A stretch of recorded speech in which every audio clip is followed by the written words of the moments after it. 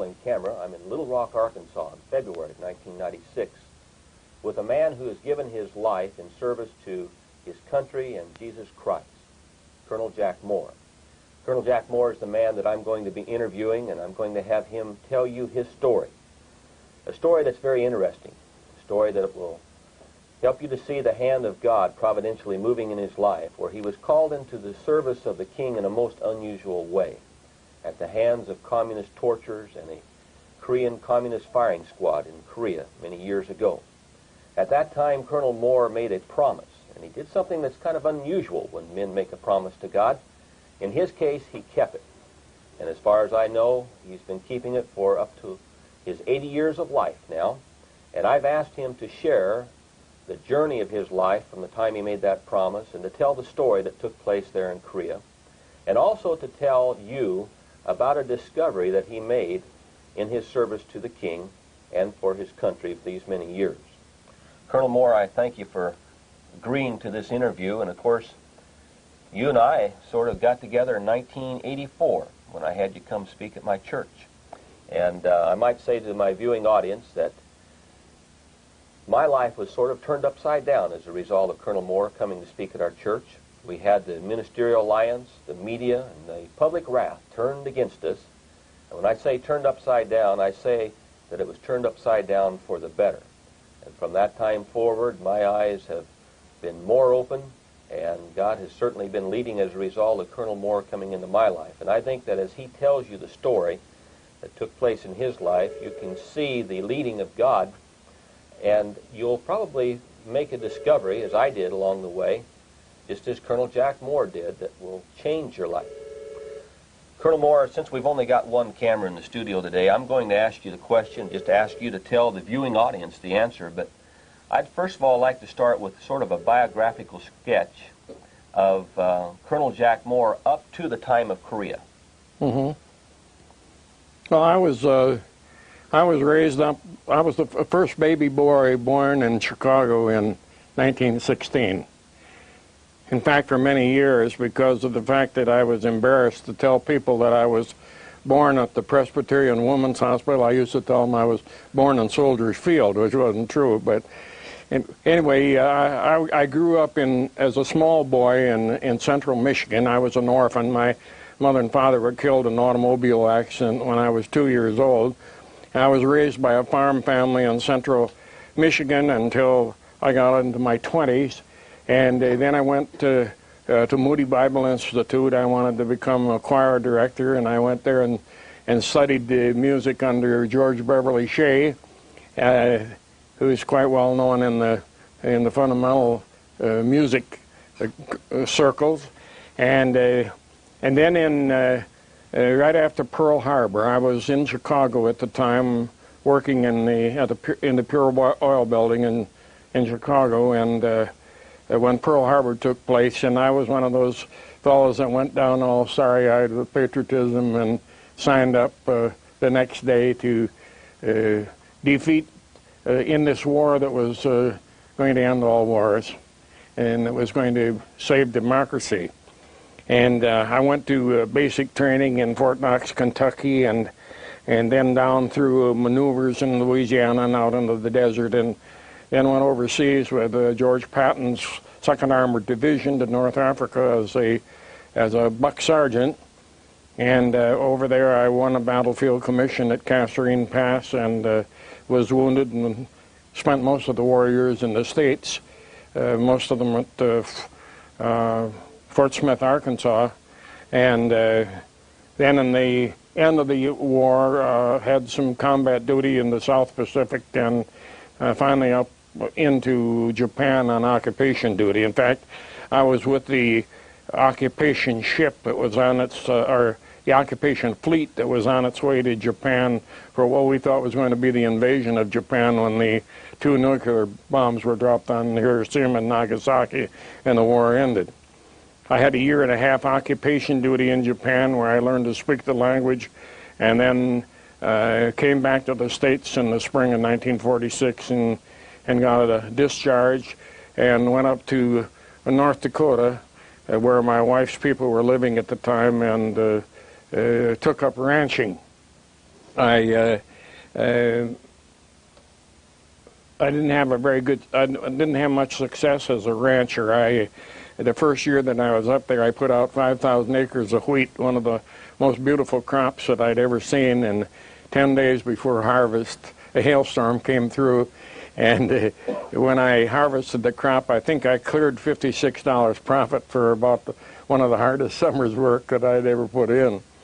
And then that same spring, I had a tractor turn over on me and put me in the hospital for several months, and I was pretty much fed up with farming or ranching by the time that I finished there. And then in the spring of 1948, I received a letter from the Department of Army, and they said, we're looking for men that can speak Japanese, and we noticed from your record that you could, and we'd like to have you go back into active duty. We'll give you back your rank of first lieutenant, and we'd like to have you go over to Korea as a member of the Korean Military Advisory Group to train the infant South Korean army that was just being built up at that time. So that's how you got to Korea, and obviously God had other plans for you as far as harvest goes. It wasn't going to be a harvest of wheat, but at that point in time, your Christianity, what was it, just nominal? I would say that. I wouldn't even be sure now, looking back on it, whether I was saved or not. I had one of these experiences that a lot of so-called Christians had. I'd gone forward to a church altar and cried a few tears and read a little prayer that was handed to me on a card, and signed a commitment card, and was baptized and joined the church. But I'd never been a very, what you'd call a dedicated Christian, I guess what you'd call a nominal Christian. I went to church when the Spirit led me. I gave to the Christian causes when the Spirit led me, which wasn't very often, and I didn't study my Bible very much. And I was one of those Christians that when I did read my Bible and I came to a portion of it that I didn't understand, I went to my minister and asked him what it meant. I never took time to go into it and dig into it myself and see what it really said.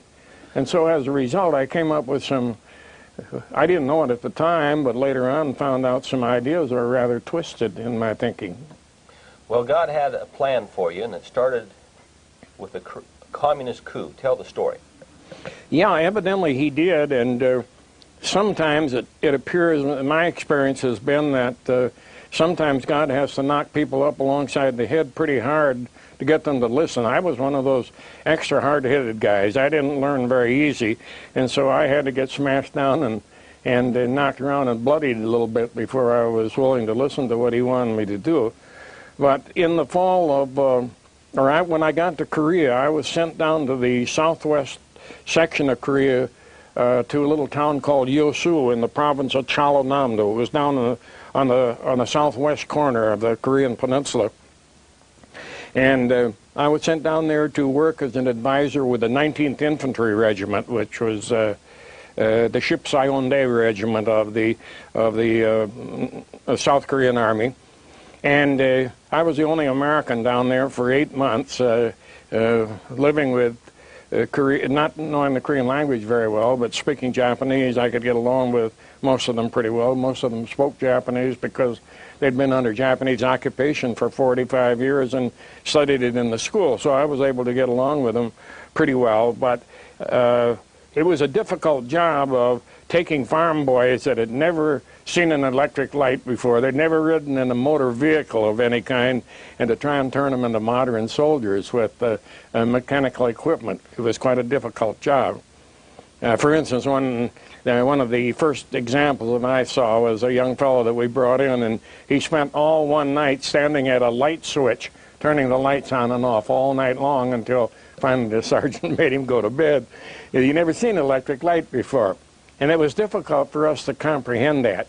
We also ran into a very difficult situation in that most of the officers had been men that had fought in the Japanese army, and as a result they had the Japanese idea of discipline.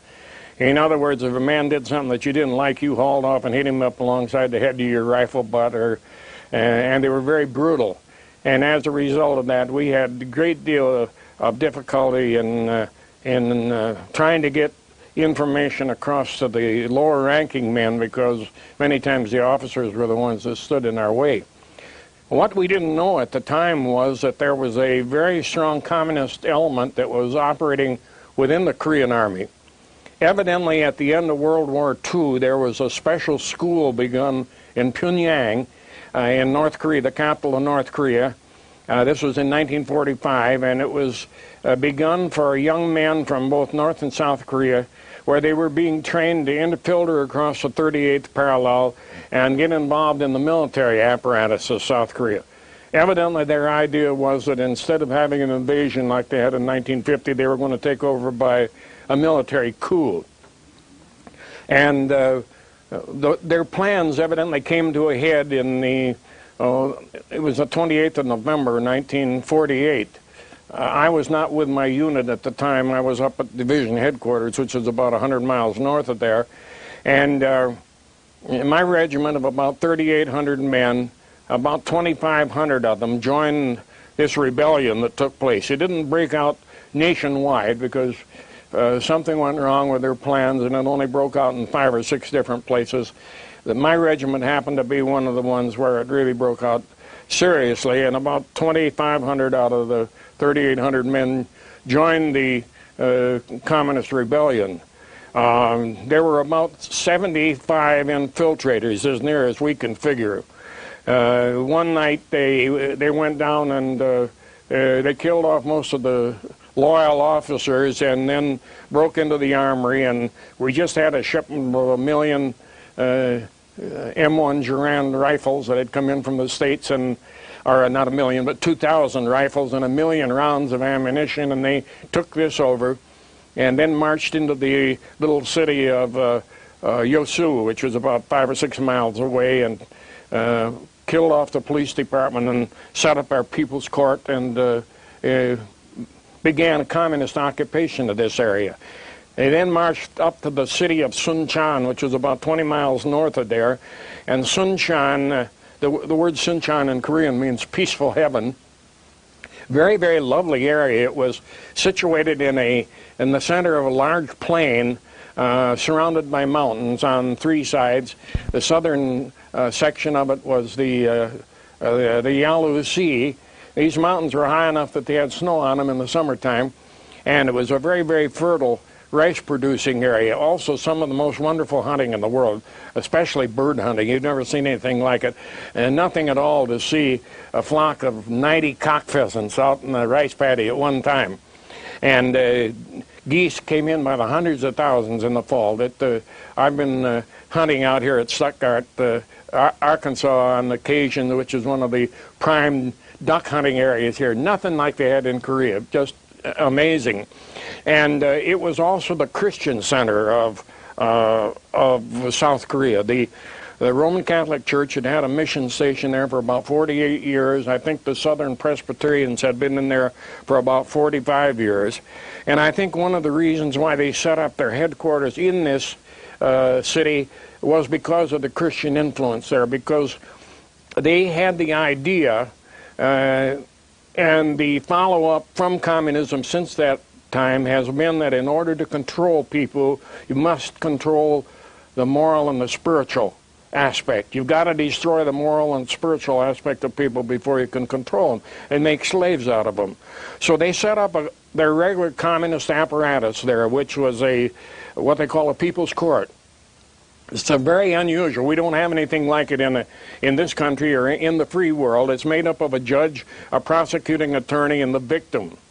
If you happen to be a member of what they call the bourgeoisie, that's a property owner of any kind at all, you can be brought before this court. You don't have a defense counsel. You don't get a chance to speak in your own defense. They tell you about, the prosecutor tells about all the crimes that you've committed against the government, and then the judge pronounces sentence against you. Usually it's a death sentence, and the more brutal the execution is carried out, the better it is for their purposes, because it scares people, you see. And so people are taken out and they're killed in the most brutal manner possible. And this in itself begins to control people. Now, to give you an idea of that, when this revolt broke out, I received word about 5 o'clock in the morning. I was about 100 miles away at the province capital of Gwangju when we heard about this. I wasn't very much upset by this revolt at first because we had sort of known that there was going to be some problems because at that time a large number of the South Korean Army personnel were jailbirds. And I'll qualify that by saying that in those days, if a young man got in trouble with the law, the judge many times would tell him, you got a choice, either go into the Army or we're going to put you in jail. So they joined the Army, and they didn't like the police. Police were very, very brutal anyway, and sort of a throwback to the old Japanese system. And so there was a constant fight between the police and the Korean soldiers. And many, many times on a Monday morning, I'd have to take a truck and go into Yosu and bail out 40 or 50 of the boys that got thrown into jail over the weekend for fighting with the police. So when this thing broke out, they were very, very anxious, and being uneducated boys and not knowing much about what was going on, when these leaders said, well, look, we're going to take over control of the country. You go along with us and you're going to be the big shots in the government. That set pretty well with them. They sounded pretty good to them. So when I got down to Yosu, I took a company of infantry along with me, about 185 South Korean troops, and we drove down about 90 miles down through the mountain roads and got down there and found out instead of just a little thing, it was a real full-grown fight going on. The city of Yosu, or of Suncheon, about 150 population, was very easily defended because on the south side of the city there was a very fast-flowing deep river with only one bridge across it. So all you had to do is defend that bridge, and you could pretty well defend the city from the invasion from the south. So I took my infantry company and put them in charge there and said, I don't want any of the Immingun, the communists, to come across this bridge. And then I went down to look for the police chief, who was down in the center part of the city. I came back about an hour later, and here the communists were coming across the bridge by droves. And I got a hold of the young lieutenant that was in charge, and I said, Chewy, Lieutenant, why are you letting the Immingun come across? And he said, oh, Morsan, he said, right after you left, a man came across with a white flag, and he told us their plans and how they're going to take over the control of the country, and if we would join them, we would be the big shots in the new government. And we thought it was good, and so my company joined them. So that left me with about 45 policemen, and they were down in the police station in the center part of the town. And over there, the police stations were sort of like medieval castles. This one had a 10-foot walls around it, had turrets on the corners, even had a moat around the outside with water in it. Somebody said they had alligators in. I never saw any, but anyway, it was an old-fashioned type of a thing. And the policemen had withdrawn into this fort. I was under orders, very strict orders at that time, that I was not to get involved in any fighting. They said, your job down there is as observer, so don't get involved. Keep out of the fighting and just let us know what's going on. So I went into the police station along with these men, and all during that afternoon and that evening there was a fierce firefight went on. The policemen were armed with the old Arasika bolt-action rifle, which is sort of like our old 03 rifle, and used by the Japanese during World War II. And they would crank around into the chamber, stick the gun up over the wall, pull the trigger, come down again, and never stuck their head over the wall to aim or anything. And I don't think all day long we ever hit anybody on our side. I think we lost 8 men on our side. And I asked him, I said, why don't you stick your head up over the wall to aim it? Oh, he said, we can't do that because they'll see us and shoot at us if we do that. So by the end of the afternoon, we were running short on ammunition. So I hadn't had any sleep in over 24 hours, and I was leaning up against the wall, fast asleep, when one of the policemen came over and he said, Chewy, one of the Immingun wants to talk to you. One of the communists wants to talk to you. And so I looked over the wall, and here on the other side of the street, sticking his head out around the corner with a white rag tied on his bayonet and waving it like that was this guy. He said, I want to talk to the Migu Komenkwan, the American advisor. I said, that's me. What do you want? Well, he said, we're going to storm the police station any minute now, and anybody that's in there, we're going to kill them. But if you want to come out, or any of the policemen want to come out, we'll promise you safe conduct. Well, when you get in a situation like that, immediately the wheels in your mind start going around at a rapid rate. How can I get out of this mess that I'm in? And so thinking back to my orders, don't get involved, being the fact that I'd worked with these guys and had been friends with many of them, I thought maybe I could talk them into stopping what they were doing. So I came out with 12 policemen, if I remember, 12 or 13, I don't remember exactly, and they didn't bother me at all. I was armed. I had a .45 pistol strapped on my waist, and they were quite courteous. Some of them saluted, some of them shook hands with me. They were quite friendly. But as soon as we were outside of the where they couldn't fire at us from the wall, they grabbed these policemen, tied their hands behind them, and they don't tie your wrists, but they take your thumbs and wire them together with fine wire like picture wire, which is very, very effective. And then they took them down in front of the courthouse where there was sort of there was 4-lane traffic with like a flower bed down the center of it. They stripped these guys to the waist, forced them to kneel down in the street, and then they executed them with bamboo spears. Now, for many, many years in the Orient, they didn't have firearms, and so when they wanted to hunt, they'd go out and cut down a bamboo, like a bamboo fishing pole, maybe 1.5 inches, 2 inches in diameter, sharpen a point on it, and bamboo has the strange property that if you put it in the flame of a fire and turn it around very slowly, it hardens until it's like steel, and the edges are just like the cutting edge of a sharp knife. And they executed these guys by just jabbing them in the chest and abdomen until they were dead. Well, now, while this was going on, I had noticed activity going on in the courthouse, which was just down the street a little bit, and did some inquiring as to what was going on. They said, oh, they're setting up a people's court down there. I noticed out in front of that people's court there was a bamboo pole, probably 3 inches in diameter and maybe 5 foot tall. It was set maybe 5 foot off the ground. And while we were wondering what that was for, there was a commotion in the crowd, and 4 men came out dragging the police chief. He was a little short guy, maybe 5 foot 4 inches tall, weighed probably 185 pounds, a little guy by the name of Chung Sun Si. And they just picked that guy up and rammed him down onto that sharpened point to where it ran up into his body. And of course he was screaming and hollering and making a real fuss.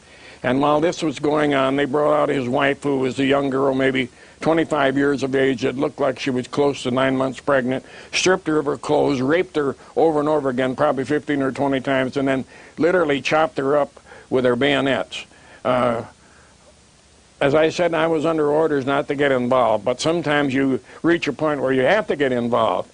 And when I saw them slice her breasts off with their bayonets, that was more than I could take, and I reached back for my pistol. I don't have any idea what I was going to do, but somebody knocked me over the head, and when I woke up, I was laying down in the prison cell down under the courthouse. Well, when you were there in the prison cell, go ahead and tell the people, if you don't mind, and just speak into the camera, what you had to endure, because we are told today that communism is dead. Of course, we know that when we were told that news, that not all the communists died. Mm-hmm. And people in America still have a hard time understanding the brutality of that system. Well, Pete, the reason, you don't mind me calling Pete, we're old friends, you know. I don't mind at all. But it's difficult for the average American to understand a culture that has not been softened by the Christian background. In America, even people that have never been inside the doors of a church, the culture that they live just from having been in this country has softened them to a certain extent as far as their sentiments are concerned and their feelings are concerned. The normal person doesn't want to go out and hurt a child or a woman in particular, you see. But over there where you have none of this softening of the culture at all, the more brutal you are, it shows not only the fact that you're stronger than the other guy, but it also scares hell out of the people, and that's exactly what they want to have happen. So tell about the brutality that they inflicted. Well, I was laid in the prison cell there a couple of days, and then they took me up to the courthouse, which was it was a large room, I guess probably the size of maybe 4 basketball floors. No chairs in it. It was packed with people, maybe 2,000 people in, and up in the front there was a big heavy oak table that was sitting there with an old-fashioned oak chair. Maybe you remember, I'm sure many of you remember the old-fashioned chairs with the big heavy wooden arms and so on. And then at one end of the table there was a little civilian man in a one of those high Mao Zedong jackets, wearing one of those little skull caps, and he was sitting there doing some writing. And I stood in front of the table for a few minutes, and finally I spoke to him in Korean, and I said, "I'm an American officer, I want to be turned loose." And he began to scream at me in Korean, "How can a running dog of the capitalist, imperialist Wall Street warmonger ask anything if I represented the people? Sit down." And so I sat down in the chair. He came over, put his arm around me, and he said, "We don't hate Americans, but everybody knows that you people are over here. You don't want to be over here, but you're over here because your government forces you to come over. And all we want you to do is cooperate with us and nothing, and we'll turn you loose." I said, "What do you want me to do?" Well, he brought out a parchment that was maybe 18 inches long, whereon, using the picturesque language, Korean language, very similar to the Chinese characters, they had written 32 different things that America wanted to do to Korea. One of the laughable things I remember looking back on it, one of them was that we wanted to make a state out of Korea. Well, if you were in Korea at that time, all you had to do was smell the rice paddies, and you knew that you wouldn't want to have that as a state. But this is one of the things that they had asked. I don't know why, thinking back on it, but whether I shook my head, I don't remember shaking my head. I don't remember saying no. But all of a sudden, the man behind me slapped me up against the side of the head, knocked me out of the chair, and he booted me a couple of times as I lay on the ground, and then grabbed me and yanked me back up into the chair again. And then this little guy stood in front of me, and I remember him shaking his finger in my face, right at the end of my nose, and screaming at me so loud that he was spitting all over me. And he said, "You either do what I tell you to, you're going to wish you'd never been born." Well, you know, when you got two guys that are angry facing each other, that can be a volatile situation. And as I said, he was so angry, he was spitting all over me, and I didn't like what had happened to me, and I made a bad mistake, and I spit back at him, and I shouldn't have done that, because he was in the driver's seat. And he barked an order in Korean, and before I could stop him, they grabbed me. 4 or 5 men jumped on me and stripped me of every stitch of clothes I had, including my socks, and tied me down in that chair, wired me in with wire to where I couldn't move. And then they brought over a long wire with a clamp on the end of it, hooked it up to one of my nipples, and then tied the other end around my penis, and then played a little game of asking questions and turning on a switch of electricity. I can't remember the pain. Looking back on it, I don't remember the pain. It was just like a giant force picking me in that chair up in the air, and then when the electricity come on, smashing us into the ground. Just a terrific shock. And it seemed like it went on all afternoon. I'm sure it was only a few seconds, and I passed out, and when I came to, I was laying back in that prison cell. Now, I was a boy that was a nominal Christian. I hadn't gone to church in a long time. I hadn't read my Bible, hadn't prayed. I hadn't been living a Christian life anyway at all. When I began doing some high and heavy praying, I'll tell you, when I was there, I began to remember some things that I'd been taught as a boy in church and Sunday school and so on. And it seemed like the more I prayed, it seemed like my prayers were hitting that ceiling up above me and bouncing right back down on me. The more I prayed, the more frustrated I got. One day I was kneeling in the straw when a guy turned on the light. It was complete darkness. You couldn't see a thing. All you could do was hear the rats running around in the straw. And one of the guys came in and found me kneeling in the straw, and he said, "Oh, you're a Christian, are you? What are you praying to your God for? He can't do anything for you. Why don't you pray to me?" And he hit me up alongside the head, knocked me down on the ground, and then beat me insensible as I lay on the ground. This went on for a number of days, and finally, I guess maybe the 10th or 12th day, I can't remember for sure, they came in and played little games with me, like tying me up by my heels from a beam where I could just touch the floor with the tips of my fingers, and then beating on my back and on the distended muscles with thin steel rods about as big as your finger, like sort of that were flexible like a fish rod. And just I can't explain the sensation of pain that is caused by that sort of thing on distended muscles. And other little games that they played that I don't want to go into right now. Did they not take you also out in the public square and tie you up for them to throw? Yes, they did. One of those days they took me out and they took a steel needle about that long with a leather thong on it and ran it down through under the nipple of my right breast and tied me up to a pole. And my hands tied behind me, and I was still stripped completely naked, and just left me there. And the little kids had a field day throwing vegetables at me and horse manure, and the women would come up and poke me and make vulgar remarks about me and this sort of thing. And I stayed there. I stood up, I guess, I don't know how many hours that day in the hot sun until I finally passed out and snapped the cord as I fell down, and they hauled me back to the prison cell. A couple of days later, they took me up to be sentenced. And I remember as I came in the back of the room, now I'd done some heavy praying. I said, for the first time in my life, I got down to nitty-gritty with God. And I knew what I was doing. I didn't know what I was doing that time when I'd gone forward 5 or 6 different times in a church altar, but I knew what I was doing there. And I said, God, I'm not going to get out of this mess unless you help me.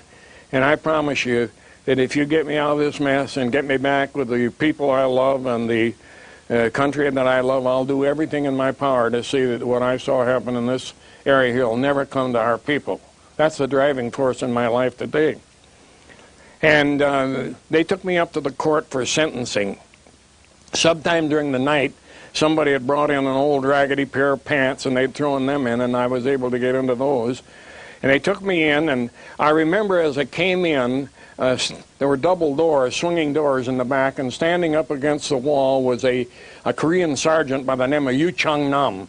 We called him Paksa, which means professor in Korean. He was a high school history teacher in civilian life. He'd been a friend of mine, and he spoke pretty good English. He had gone to the Presbyterian school, and I said, Paksa, for God's sakes, help me. And he just lashed out, hit me with the back of his hand across the mouth to where he started my nose bleeding, and screamed at me in Korean, Parbu Michange Chida Honda. As close as I can translate it is, you stupid crazy dog, drop dead from a heart attack. And went stomping up to the front of the room, screaming and hollering about how he hated all Americans, how I was the worst one he'd ever known, and all the bad things I'd done against the Korean people. And he said, I'd like to take this American bastard out and shoot him. And he created enough of a impression, I guess, on the civilian judge that he gave him permission, and Paksa went out and was gone maybe 10 minutes and came back with 8 men with rifles, and they took me out of the courthouse. As we went out, he whispered something to me rather strange. He said, Morrison, when the rifles fire, fall down dead. Well, I didn't know what he meant, but that's usually the thing that happens when they're aimed at you and somebody pulls the trigger. Normally in a firing squad, you don't have to be told to fall down dead. No, that's right. But they took me down a little old cobblestone road about 8 blocks away, I guess, and they drove away some of the curious onlookers that wanted to go along with them. I remember standing in front of this stone wall, and I was clenching my fists and gritting my teeth because I knew I'd had it.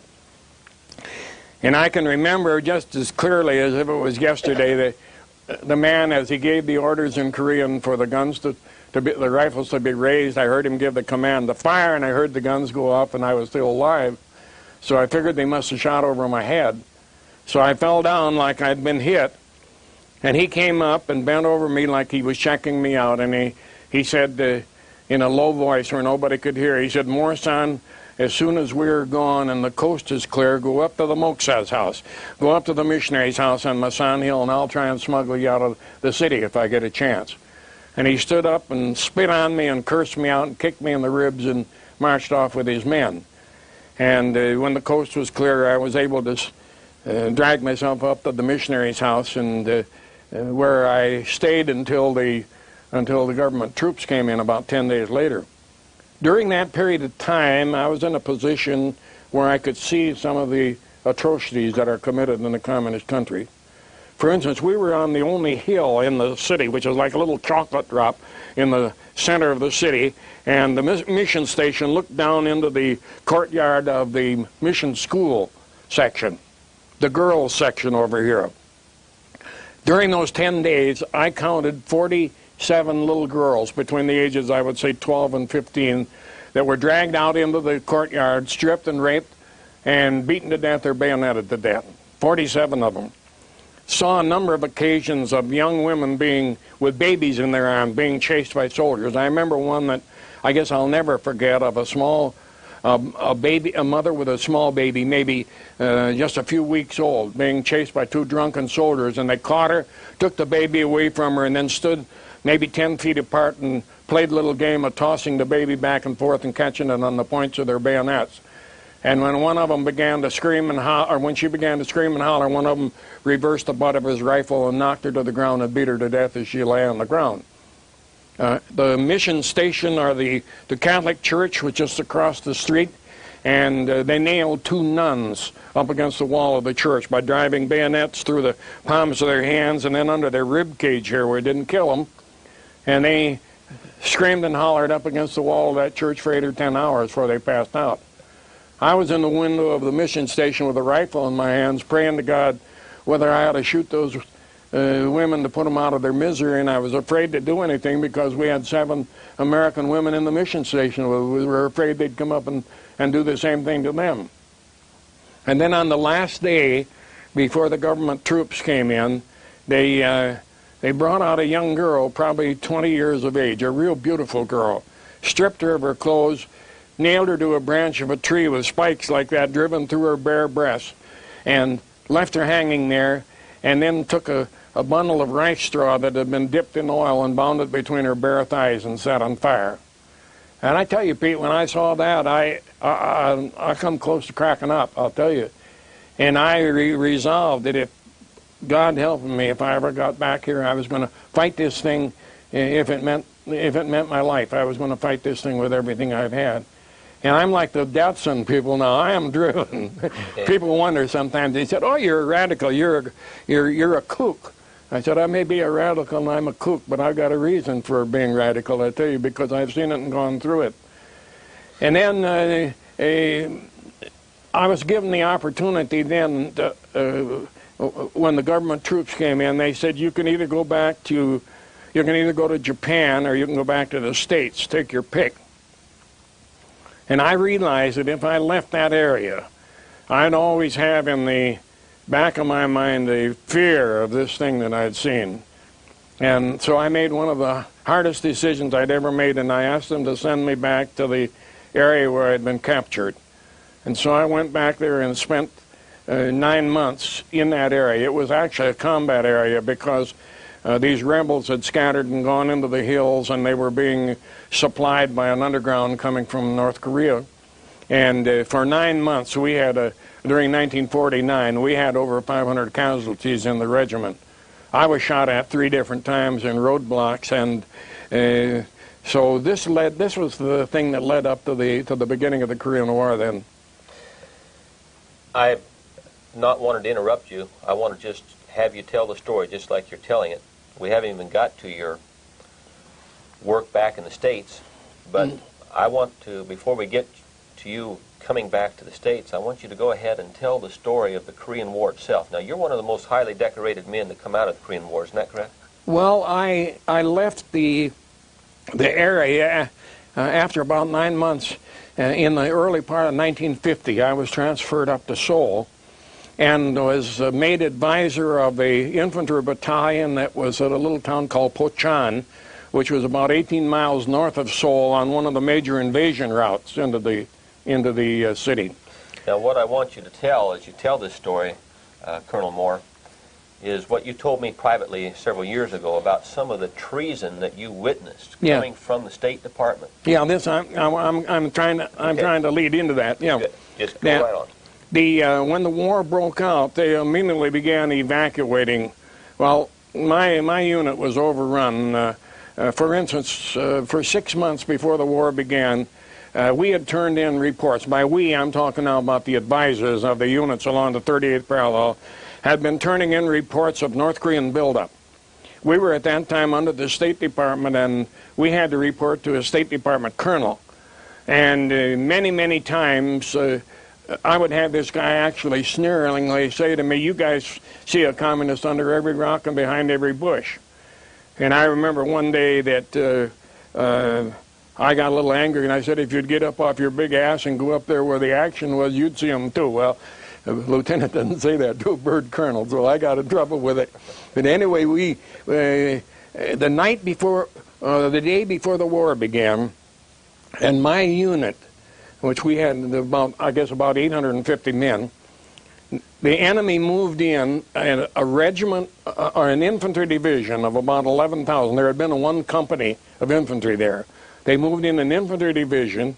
They moved in a regiment of mounted horse cavalry, about 1,800 of them, and they moved in 76 tanks. We'd never seen a heavy tank in that area before. Now, I was under orders to report to this bird colonel any time, no matter when I saw something that I thought he ought to know. So when I got back to Seoul that night, it was sort of late, I checked the colonel, and he was having a party with some big shots from Tokyo at the officers' club. So I broke in on his party. I was filthy dirty. I'd just driven 30 dusty miles and a hard day out in the field, and he didn't appreciate me at all, but I broke in to tell him what, and he got very angry with me and ordered me out of the place. And then at 4 o'clock the next morning, I get a telephone call from his unit. "You better get up with your unit. They're coming across all on the 38th parallel." Oh, I forgot. I got ahead of myself a little bit. In a briefing that morning, this man stood up and said, "There's no sign of any enemy activity. Go to the party tonight if you want to." And as a result of that, there were not any more than 15% of the advisors who were in a condition to be with their men when the fighting broke out.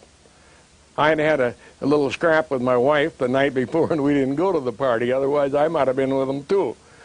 But anyway, when this party broke out the next morning, and I got up there to find my unit under heavy, heavy attack. We didn't have any artillery support of any kind. And I got the first decoration of the war that morning by trying to stop 2 enemy tanks with a small anti-tank gun that the shells just bounced off the tank and didn't do any good at all. But they began evacuating the people. In fact, I had to walk back 38 miles to Seoul because my Jeep had been destroyed by a tank. And I got there just in time to kiss my wife goodbye as they were hauling her off to put them on a Norwegian fertilizer ship down in Incheon, the women and children, to take them back to Japan. I was on the last plane load that was to leave from Japan, and before we could leave, I think there were 15 of us, and before we got a chance to leave, a fighter plane landed and said, "We've just received word from MacArthur's headquarters that Truman is sending in the Navy and the Air Force, so you're to stay here and go back to headquarters and see if you can do anything to help them." So we went back to headquarters and that first night, and then the next day, they had evacuated everybody except all the civilians, with the exception of the ambassador, William Museo, and 2 of his flunkies were still there. On the outskirts of Seoul at that time, there was a gasoline dump that had just come in from the States a couple of weeks before. There was 1,000,000 40-gallon barrels of gasoline. And we didn't want the North Koreans to get that, and they were already breaking through our defenses on the north side of the city. So I went down to the ambassador's office with a major from Bismarck, North Dakota, a fellow by the name of Paul, that doesn't matter, I can't remember his last name right now. But we went down there to get permission to burn it. And the ambassador literally cursed us out of his office. He said, "I'm sick and tired of you military trying to tell me how to run this war. Get out of here, I'll tell you when to burn it." And as a result of that, 4 hours later, the North Koreans had 40 million gallons of gasoline from America, enough to run their tanks for 4 months. What was the name of that ambassador? Hmm? Do you remember the name of that ambassador? The name of the what? Of the ambassador. Yeah, William C. Muccio, M-U-C-C-I-O. He left the next day for Japan, and my commanding officer told Major Hedstrom, Paul Hedstrom, told Major Hedstrom and I want you to go down to the embassy building and go through it room by room to make sure they didn't leave any reports behind. So we were going through the building. It was a 5-story building, and we were going through it, and on the ambassador's office, we found a locked door in the back, and they kicked that in there was an old-fashioned military safe. I'm sure that many of you that have been in the military remember it was made up of steel filing cabinets with an iron rod run down through the handles and a padlock on the top. We shot off the padlock, and in there we found the reports from the MAG headquarters of enemy buildup along the 38th parallel for the preceding 6 months that had never been forwarded to MacArthur's intelligence headquarters in Tokyo. He was Lieutenant General, not Stratemeyer, but Wiedemeyer. So these reports had never got to him. And when the war began, they crucified him in the media because he didn't know what was happening. The reason he didn't know was because the State Department had deliberately withheld reports. So I picked out 4 of the most incriminating ones, and I stuck them in my pocket. Major Hedstrom said, "What are you going to do with them?" I said, "I'm going to get them back to the States." He said, "They'll hang you if they catch you doing it." I said, "I don't care. The people need to know about this." And so a couple of days later, I was able to get these into the hands of a young officer who was headed back to the States, and he hand-carried them to Washington, where he gave them to Senator Bill Nolan from California, who at that time was a member of the Armed Forces Committee. Senator Nolan told me later on that when he took those reports before the Senate Armed Forces Committee and tried to read them, that they laughed him off the floor of the Senate, saying no American ambassador would do anything like that. Don't talk about it. And he said when I insisted that they do something about it, they began a campaign that finally ran me out of the Senate. This is just one thing. Now, when you see things happening like that, you do what we sometimes call Monday morning quarterbacking. You know, you watch the ball game on Saturday, and then Monday morning you say, now if the quarterback would have passed that time instead of run with the ball, we might have had a touchdown.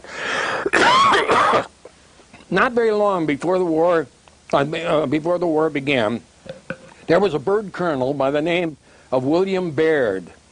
He had 36 years of service. He was probably the most powerful military man, American military man in Korea, because he was the advisor of the South Korean National Police, which had more men in it than the Army had at that time. He had a very beautiful secretary. I can't remember her name now, a Korean girl who had been a professional model. She had worked for him for about 3 years. And when the war, we didn't know at that time, but she was the wife of the #2 military man in North Korea. For 3 years, she was using American military police vehicles to take information from Seoul to a little town of Kaesong on the 38th parallel where her mother lived, and then her mother would get it across the parallel to her husband. Not only that, but she was shacking up with 8 of the top State Department men and had got over $2 million in State Department funds that she funneled into North Korea. And when the war began, the Korean police took her out and shot her without a trial. But in the meantime, Colonel Baird had been on a ship headed for the States. They arrested him in Oakland when he got there, and put him under arrest quarters pending whether they were going to court-martial him or not. He had a dossier on every one of those people, including the ambassador and these 8 men in the State Department. Had so much dirt on them that they swept everything under the carpet. Muccio was sent to Iceland as the ambassador to Iceland. These 8 men involved with this girl were all promoted in the State Department, and nothing was said about it in the media. I guess about 8 years later, there was a little scandal sheet called Pageant. You maybe remember it. It was sort of a format like the Reader's Digest, but more or less of a scandal type of sheet. They had an article in it. That was the only time that the media ever talked about it. And then I began to think, look here, this is just one little old lieutenant seeing this. What's the big picture that's going on all over, you see, in the country with this sort of thing going on? And that was the first time that I actually began to realize the treason that was that was happening within our own State Department and on our military. And since that time, during my military career, I run into several other things. My problem was that I always had a big mouth. I guess I got that from George Patton, because George Patton was that way. When he saw something he didn't like, he said it. And he always got in hot water over it. And I did the same way, and I got in hot water over every time. But you know, this is a little bit off the subject, but I guess it'd be worth putting here. You told me one time that you had the privilege of getting personally chewed out by George Patton. Oh, yes. When just after I had gotten my commission, George had probably the sharpest eye of any man that I'd ever seen. I had read somewhere that if you were to take polish your brass and put nail polish on it, you'd never have to polish it again. And so I polished up my second lieutenant bars and put some nail polish on it, and I was walking down the street when I ran into General Patton.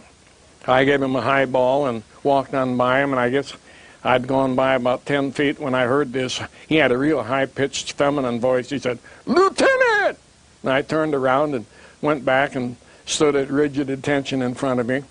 And he said, "If you want to know why the damned Army is having so trouble and why the country's going to hell, it's because the damned officers are so damn lazy that they won't even take time to polish their brass anymore." And for about 15 minutes, he went over my ancestry from beginning to end. I mean, until I felt, if there had been a crack in the sidewalk, I could have fell right through it. But that was the first face-to-face confrontation that I had with George Patton.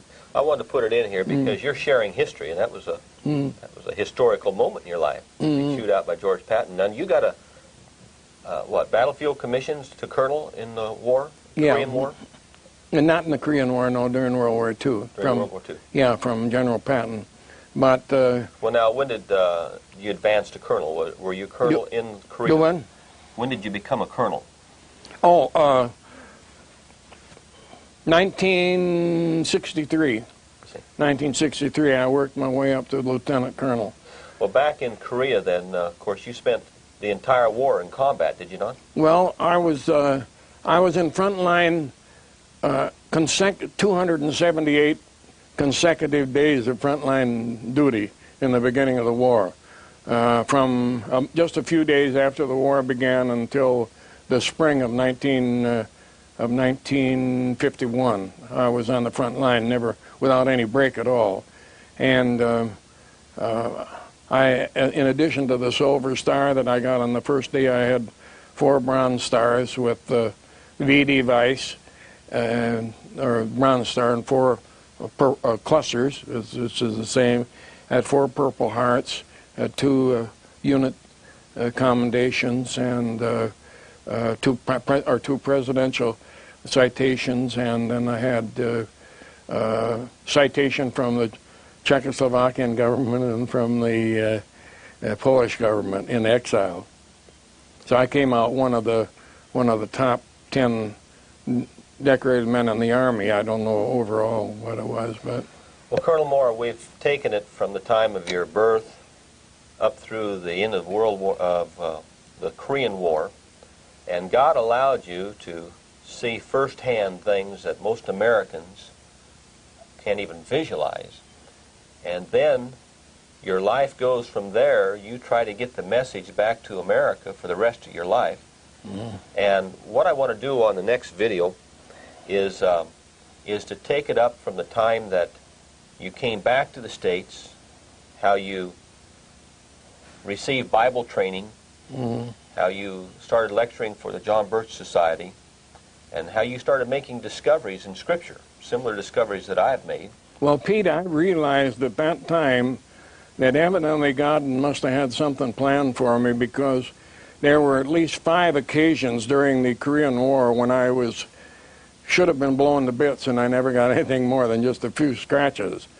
And for instance, in the early part of the war, the second day of the war, we had no supplies, and so I had gone across the river into the town of Yeongdong-po and filled my Jeep. The American houses, the refrigerators were still going, and we just went in and helped ourselves to the food. Packed the back of the Jeep, and then as a afterthought, I threw a mattress on the top of it because I didn't have anything to sleep on. And as we got up on the highway, there had been one 122 millimeter cannon that had been shooting at us from North Korea. It had been dropping shells all over the area, none of them close to us.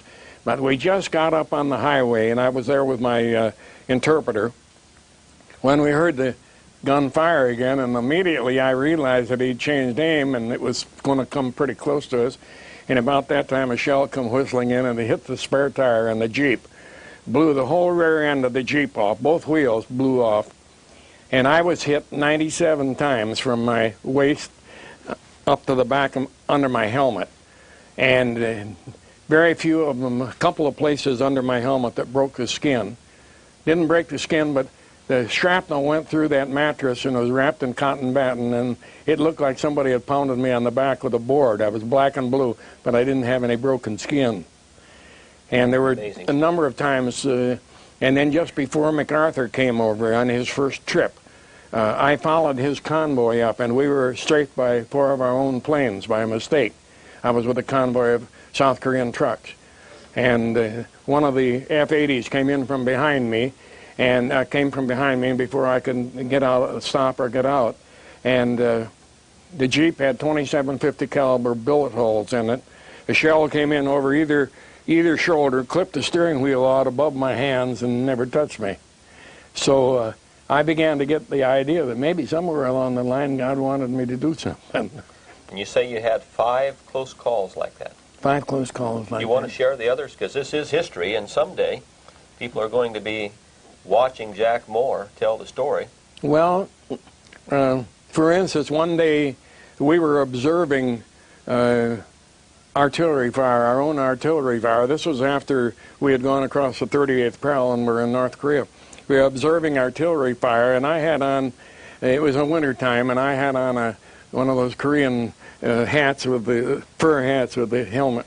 It was warm enough that I had the ear flaps up, and I was down behind a hedge with the field glasses observing when a sniper up on the hill, probably 1,000 yards away, with a 12 millimeter sniper rifle, that's about a 56 caliber, fired around. It came through one flap of my hat here and across the top, tore the top out of the hat, through the other flap, and threw my hat 50 foot away and never touched me. You begin to think a little bit, when something like that happened. Another day we were out in a schoolyard. There were 4 of us talking, and we were about like this group right here. 120 millimeter mortar round dropped right in front of us. Knocked us all down. Not a one of us got a scratch, and a Korean soldier 75 yards away was killed by the shrapnel. Amazing stories. It's amazing, isn't it? So things like this, a number of times it happened like that. It was, did it ever make you remember your promise to God? Yes, it sure did. And sometimes when I got back to the States, right at first, I didn't particularly want to fulfill that promise. I had to get smacked up alongside the head with a 2x4 a couple of times before I really began to do that. But well, Colonel Moore, let's break now. I really appreciate you sharing with posterity these stories. But the next video, we're going to talk about Colonel Moore coming back to the United States, trying to tell the American people what he had witnessed. And he will then tell us also about the discovery he made along the way, the tie-in of communism to a religious sect, if you will, if you want to call it that, and the discovery about the people who settled the United States of America. So that's going to be in the next video. Colonel Moore, thanks very much for sharing this with us.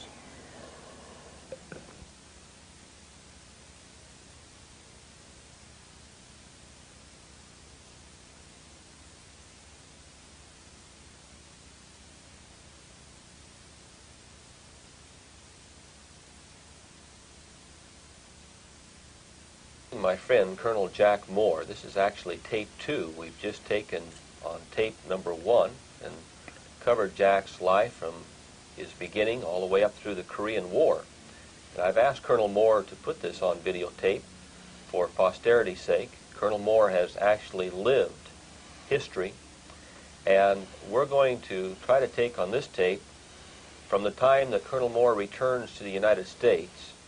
He's made his promise to God at the hands of communist torturers and a Korean firing squad that if God would deliver him, he would spend his life trying to warn the people that he loved in the country that he loved of what he'd seen. And he's been true to that promise. Of course, after the communist torturers, there was the Korean War. And on tape number 1, Colonel Jack Moore explained how God many times brought him through some very precarious positions. And obviously, when you hear that story, if you've watched tape number 1 of this interview, you cannot help but think that God had a plan for Colonel Jack Moore, and he did. And it didn't quit after the Korean War.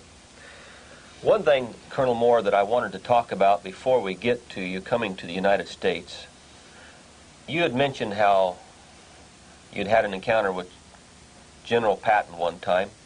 And between breaks on these 2 tapes, we were talking about General Patton. And, of course, the history books say that he died by an accidental death. Mm-hmm. Why don't you share what you know about that death of General Patton? Well, it was a very interesting thing about General Patton. He and Eisenhower didn't get along good together, or get along at all. And Patton detested Eisenhower. He detested Winston Churchill and FDR, all 3 of them. He thought that they were doing things that were contrary to the good of the United States. And he was very, very outspoken about it. In fact, he made this statement that when he got back, just a short time before his so-called accident, he made this statement that when he got back to the United States, he was going to blow the whistle on them. Now, what most Americans don't know, that was in 1943, he and Field Marshal Montgomery, who was the Field Marshal of the British forces, came up with a plan for the invasion of Germany, which would have gone up from Italy through the soft underbelly of Germany. It would have terminated the war 2 years earlier. It would have saved millions of lives, billions of dollars, and it was turned down by FDR, Churchill, under the urging of who? Stalin. Well, that particular battle plan would have kept Stalin from getting half of Europe. Well, this is it, you see. And it was turned down, apparently, for the specific reason to allow Stalin to come in and take over all of Eastern Europe.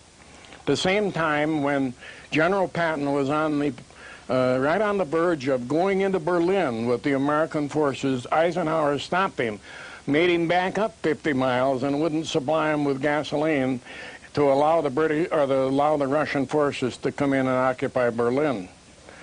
Well, at that time, he was very angry, of course, and being the type of man that he was, and sounding off rather loud, that when he got back to the States, he was going to blow the whistle on him.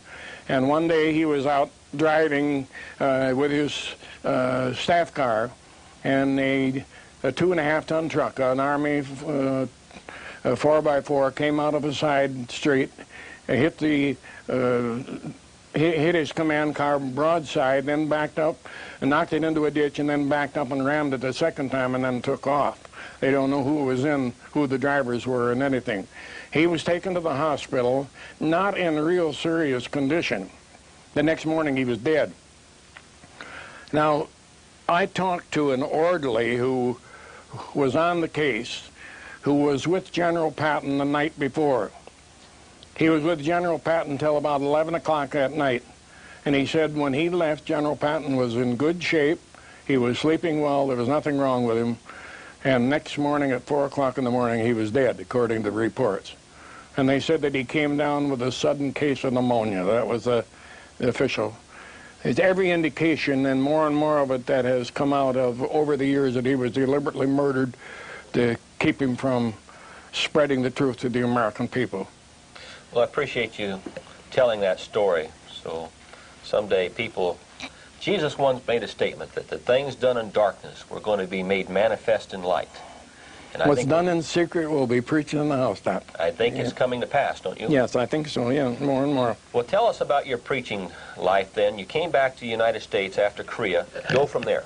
Well, my first experience, I was still in the Army, And because of the fact that I was one of the first officers that had returned from Korea, they put me in the Public Information Office of the Fifth Army, or the Sixth Army out of the Presidio of California. The headquarters now where Mr. Gorbachev is now taken over for United Nations headquarters. And they sent me out to lecture any place where I could about the Korean War. The general, and I can't remember his name now, at Fort Ord, California, called me in and said, Moore, there's only one thing I want you to, I said, I want you to tell the people the truth. Just make sure you can back up what you say. That's all the restrictions that he put out. And I started out with a lecture at a American Legion post in Salinas, California. There was a judge from Los Angeles who was there. He heard me and he invited me down to Los Angeles. Then I got on some of you remember the Breakfast Club that used to be out of Los Angeles, where every morning at 8 o'clock in the morning, I was on that. That was a radio broadcast at that time. And by word of mouth, it was spread all over. I talked to the State Teachers Convention and quite a number of universities around. Then in 1964, I retired, and in 1965, I began what I called my Crusade for Christ and Country, which was a concerted drive to bring the truth to the American people. Let me interrupt you before you get to that. Tell us about your dealings with soldiers and brainwashing and writing the Code of Conduct. Well, I had the opportunity while the war was still going on, this was in 1952 and 1953, of working with Lieutenant Colonel William Meyer, who was the chief Army psychiatrist in Tokyo, at the Tokyo General Hospital, who was trying to find out what had happened to our POWs in the Korean camp. This was when the term brainwashing was coined. And as a result of working with him, I became known as, I developed the reputation of being an expert. I don't like that term because I found that an expert is normally anybody that's over 50 miles away from home, so I don't like the term expert. But anyway, I had a great deal of experience along that line, and as a result, when the Code of Conduct first came out, I wrote the first lesson plans and taught the first classes that were given to the Army in the Military Code of Conduct at Fort Devens, Massachusetts. And then from then, it was a natural when I got out of the service and people found out about my background, they would invite me to speak to a men's club at a church or to a Rotary Club or something like that. And then by word of mouth, I began speaking in many, many places. Then I attended a prestigious seminary, Southern Baptist Seminary, and got 2 degrees, one a Doctor of Letters and a Master of Theology. I had already attended Moody Bible Institute. I had a Master of Psychology from Minot State College, and I began then to work as an evangelist in the Southern Baptist, and I traveled all over the country. And then about this same time, this was around about 1966, I guess, maybe 67, I was contacted by the John Birch Society and wanted to know if I would speak on their American Opinion Speakers Bureau, which was their national lecture bureau. Before we get to that now, as a Baptist evangelist, you've spoken to some of the largest Baptist churches in America, have you not? Yes, the First Baptist down in Dallas, and Bob Jones University, you spoke to? Yes, Bob Jones University, and Tennessee Temple, and Greg Dixon's Indianapolis Baptist Temple, which is one of the larger of the independent churches. And so at one time, those church doors were open to you to come. Oh yes, I was welcome in the churches, and had I believe probably a real successful career as an evangelist ahead of me if I would have kept on in that evangelistic work. I want to say this, particularly to my listening audience, that Colonel Jack Moore is one of the finest preachers I've ever heard. Some of his evangelistic messages are awesome. They're very inspiring and moving, And I've had the privilege of hearing him preach before crowds. And don't let him kid you. He might be 80 years old, but he's still got plenty of preach in him. So I just wanted to put that in there. Maybe one of these times people have a chance to hear one of your tapes preaching and that type of thing. Let's go back to the John Birch Society contacting you. Yeah, and the John Birch Society, and they, when I first started with the John Birch Society, the head of the Speakers Bureau was a little bit leery because my messages were very strongly spiritually based. I remember the first message that I gave, Vietnam War was going on, and the title of the lecture was "The Missing Alternative is Victory." And I had to send in a transcript of the message before I gave it to the headquarters in Belmont. And I got a letter back from them, and it said, "We can't use this speech because you're overemphasizing the religious part of it, and you got to remember there's going to be Catholics, there's going to be Jews, there's going to be other non-Christian people that are going to be listening to you." And I said, "Well, if I couldn't emphasize the spiritual end of it, then you don't want me in the John Birch Society, because I won't speak for anybody unless I can do that," because I said that's the heart of it. So they said, "Well, we'll let you go on this one tour down in Florida and southern Georgia." I think I had 18 speaking engagements, and we'll see what the reaction is. They had such a strong reaction from my lecture and said, "This is what we've been looking for. This is what we've needed all along," that they said they're going to, from then on, they pretty well turned me loose and let me say pretty much what I wanted to say. And about that same time, they were very, very cooperative with my evangelistic work, and they would build their lecture tours around the open spaces that I had in my speaking engagement. So I was able to, during a few years period of time, I spoke in a little over 3,800 communities, I guess in every state with the exception of Maine. I never did speak in Maine.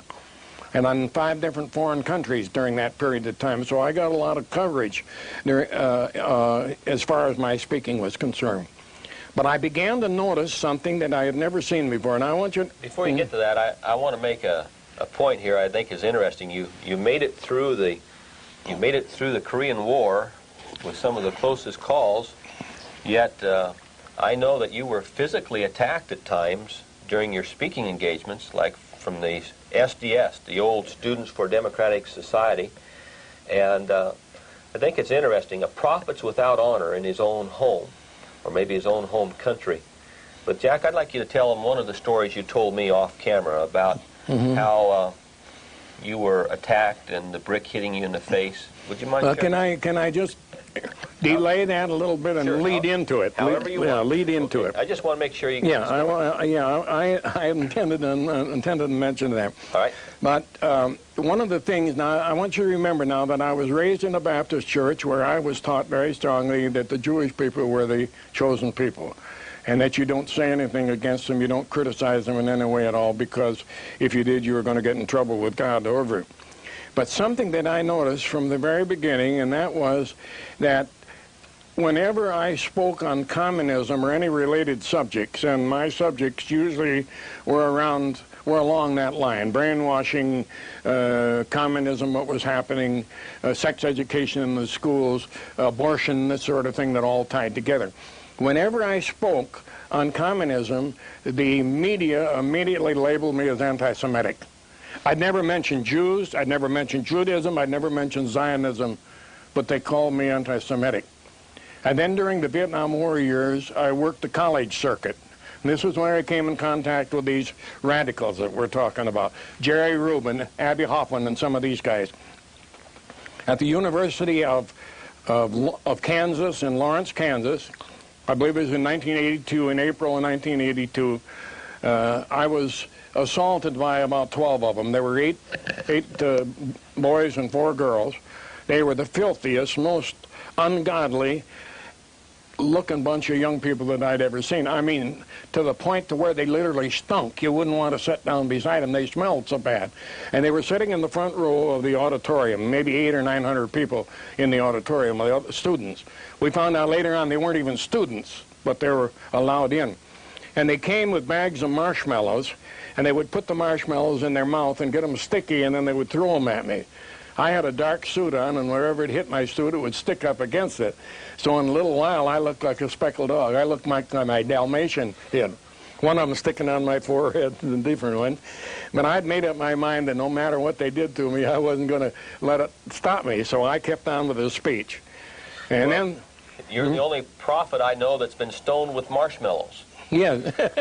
Go ahead. But one of them wasn't a marshmallow. I don't know what it was, but it hit me on the right side, knocked me down, knocked out some teeth, and I got up with the blood flowing down over my suit, ruined my suit, and finished my speech. I found out later on that every one of those 12 in that group were Jewish, every one of them. And here's the thing that I noticed. Every single time, 100% of the time, the leadership of the radical groups was a young Jew from a wealthy Jewish family. This bugged me to the point that in the summer of 1979, I took off for a few months to study this phenomena, why it was that the Jewish people seemed to be tied in so closely with communism. Now, whenever I mentioned it to my pastor or said anything about it to him, I was shushed right away. Shut up, don't talk about that. You can't talk about that thing. But it got to the point to where I had to do some investigation. And so I went to Jewish sources. I didn't go to anti-Semitic sources. I went to Jewish writers to see what they had to say about it. And to my amazement, I found out that they bragged about the part that they had in bringing communism into being. For instance, the American Hebrew, which was the largest Jewish newspaper in the United States, in April of 1920, I don't remember the exact date, I have it in my files, but it was in April of 1920, came out with an article that said, what we have done, what we did in Russia through Jewish brains and money power, we will do in the United States. Rabbi Stephen Wise, who was the #1 Jewish leader in the United States in the early 1930s, was asked, what do you think about communism? He said, don't call it communism, call it Judaism. And then he went on to say, he said, the finest idea, or the ideals of Judaism are, I can't remember the word now, but mean in agreement with the finest ideals of communism. And everywhere I went, I found Jewish leaders bragging about what they had done. And the theme behind it all was, we hate Christ, Jesus Christ. Oh, he was a Jew, all right, but we hate him. He was the son of he was an illegitimate bastard. He was conceived while his mother was menstruating, and everything that would downgrade Jesus Christ. He's in hell now. He's in hell, and he's boiling in boiling excrement all the way up to his chin. It was something that I'd never seen before. I never saw it when I was in the seminary. I never read any of this stuff at all. And then I got a hold of a copy of, or several copies of the Jewish religious book, the Babylonian Talmud. You remember, Pete, when you and Earl Jones and I made a tape of this, when we actually had the copies of the Talmud and we read out of the Talmud and showed the people on television screen what it actually said there. That was the English version, the Sansino version, what it said right there in there. Their hatred of Jesus Christ, and the fact that it was all right for a grown man to have sexual intercourse with a 3-year-old girl because of the fact it didn't hurt her anymore than it would sticking her finger in her eye and stuff like this. The Christian people wouldn't believe it, but it was right there. It was being taught, you see. And I found that this subject was absolutely verboten. So here's where I got in trouble with the John Birch Society. As I said before, I never ever said anything about Jews or Judaism. One night during the question and answer period, the question was asked, what do you think about our open check policy with the Israelis? And my answer was, I think it's time that the American people take a close second look at where our money is going. 2 days later, I got a long-distance call from Belmont, and for an hour, Mr. Welsh chewed me out. I mean, he put me on the carpet. He said, you don't say anything about Jews, no matter whether it's true or not. Stay away from the subject of Judaism, Zionism, and anything along that line. Well, I don't know whether it's my German stubbornness or what, but the next time a question came up like that, I went into detail in my answer. And so I got called to Belmont.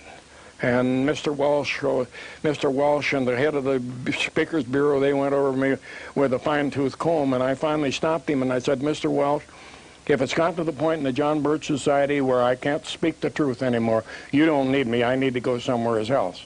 And I left the John Birch Society. Can I interject something about that? And I'll tell my audience that's viewing. I was a John Bircher back during the 60s when he was lecturing. I was at the university, Colorado State University, and I was a John Bircher and had always had conservative leanings. But when I went off to Bible college, I met a man that gave me a book called The Plot Against Christianity.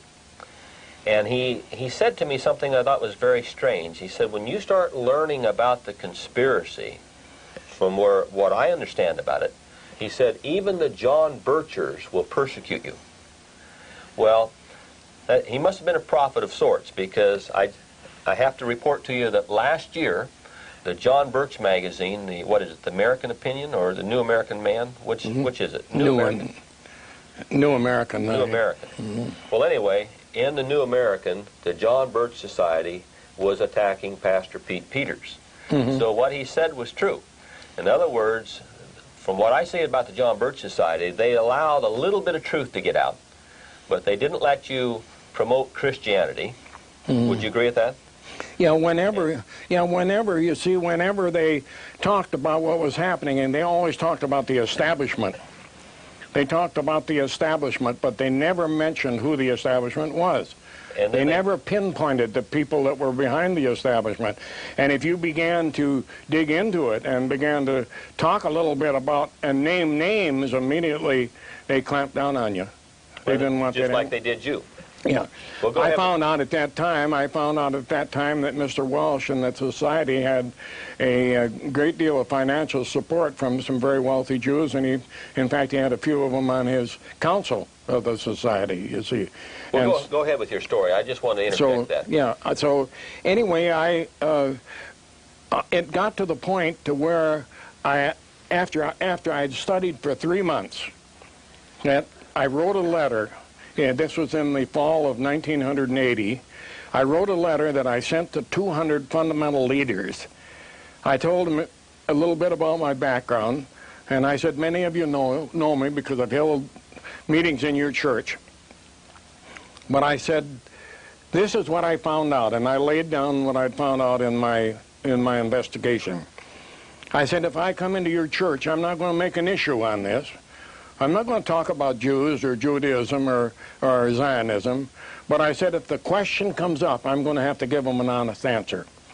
And on the basis of that letter and that statement that I made, I had 14 week-long revival services canceled in the next month. It wasn't because I changed my doctrinal teaching at all. It was because I no longer could support the Jews as a chosen people. That was the whole basis on it. So I'd gone to my pastor and went to my pastor, and who was, I thought, a close friend of mine. I had helped him out financially on a number of times. We'd had a close, warm relationship. And I went to him and said, Bob, would you let me show you what I'd found out during my study? He knew I was studying. He said, sure. And I sat down and I began to show him in the Bible what I had found out. The minute he found out that was on the Jewish question, he said, you can't tell me anything what the Bible says about the Jews. I already know it. Don't talk to me about it. Well, you can't deal with a man that won't look at it. He wouldn't even let me sit down and show me what I'd found in the Bible, you see, about it. And so as a result of that... Kind of like a Pavlovian reflex. He said the door of every Baptist church is going to be slammed in your face if you continue this way. And 2 weeks later, every single Baptist pastor in the state of Mississippi would no longer talk to me. Not a one of them. These were men that I had known and had loved and had held successful revival meetings in their churches. They would see me coming on the street. They'd walk on the other side of the street because they were scared to meet me. They're afraid.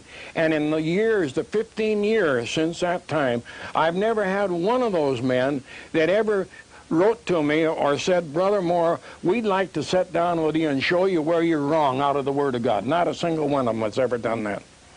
Well, let me interject something here for the listening audience, that when Colonel Jack Moore came to my church in 1984 and held a revival meeting, after that revival meeting, it ended on a Sunday. The next day, on Monday, in the front page headlines of the Coloradoan in Fort Collins, Colorado, were the headlines that says, Evangelist outrages area Jews. And the print was the size of the bombing of Pearl Harbor. And the community was thrown into an uproar. And the Ministerial Alliance, remember the Ministerial Alliance? They came out and made a statement against us. And so what I did was I advertised in the paper all of Jack Moore's messages, and even, if I remember right, offered it for any minister that wanted to hear those messages. And Jack, the interesting thing was there was not one minister in the entire community that was willing to even hear one of your messages. We had them all on cassette tape. Well, if you remember, Pete, too, that I offered, and I think you put it on the radio, I offered to have a breakfast at one of the motels there where we could meet the preachers from the Ministerial Alliance and sit down as Christian gentlemen and discuss this in a Christian manner, and not a single one of them would attend. You remember? I'd forgotten until you just brought it up. Yeah, not a single one of them would attend. And if you remember, too, the first night when I spoke, I gave my testimony on Korea. I never mentioned Jews, Judaism, Zionism, or anything like that. And a letter to the editor, if you remember. The meeting ended about 10 o'clock, and there was a Jewish lady, if you remember, that was there, that we noticed her in the crowd. And that the Denver Post goes to print about 12 o'clock at night, 80 miles away or thereabouts. And the next morning there was a letter to the editor and said, I sat in Pastor Pete Peters' church, words to this effect, and I heard a man that sounded like Adolf Hitler last night. It made my blood run cold, and I'd never mentioned anything about Jews, Judaism, or anything, which indicated to me that that letter was prepared a long time before I ever got to Laporte. And the whole thing was, from the beginning to an end, was a setup. You could see it. Any intelligent person could see that it was a setup, but the Christian ministers wouldn't even look at the facts at all. They weren't interested in it. They didn't want to look at the facts. And I think one of the reasons were, and excuse the French, but it's true, it scares hell out of them.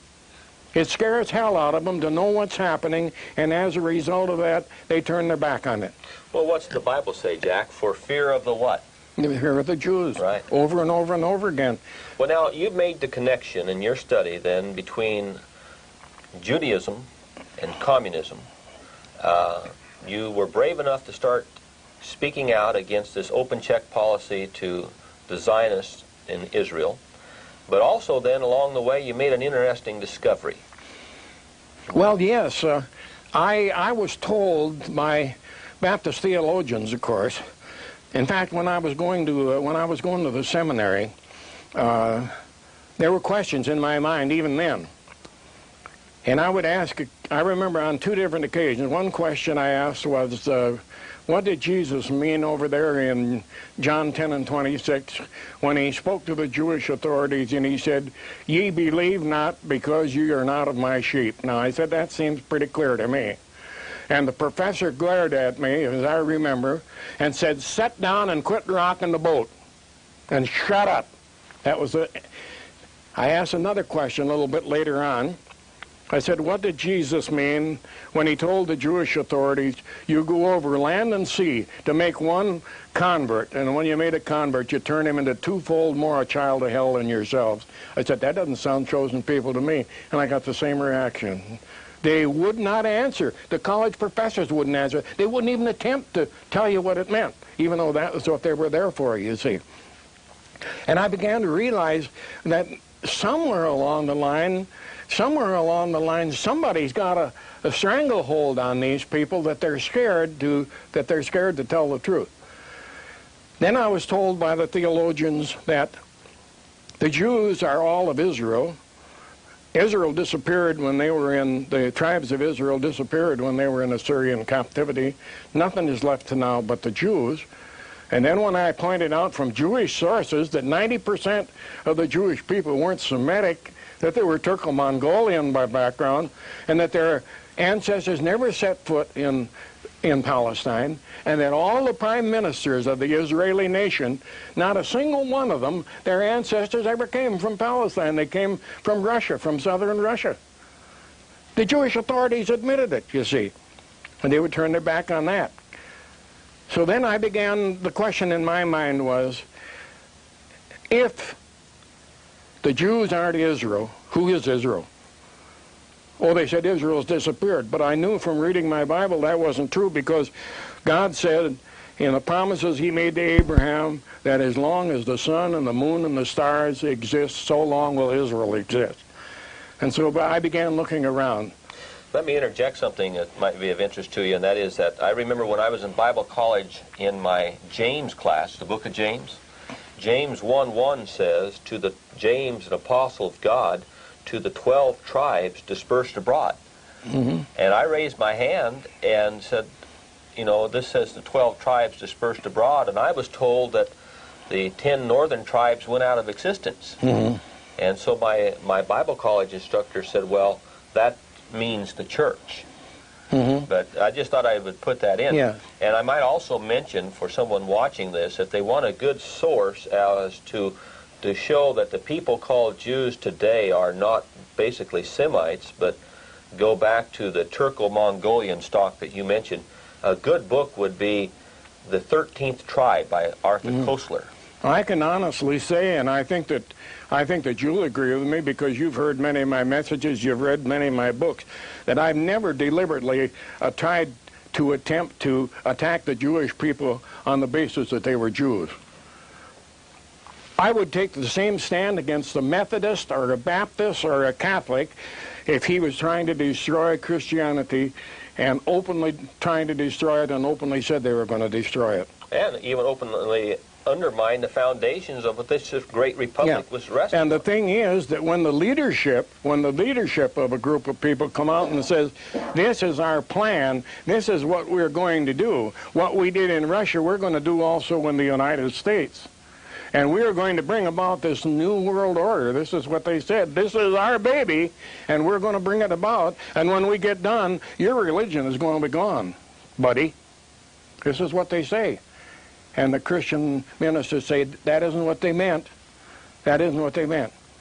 You remember when Khrushchev came to the United Nations and he banged on the podium and he says, we're going to bury you. John Kenneth Galbraith from Harvard said he didn't really mean that. He meant they were going to pass us economically. And Khrushchev got back to Russia, and according to Pravda, he said, I went to America and I spit in their faces and they thought it was dew. Well, back on the story of the identity message. Let's go that way.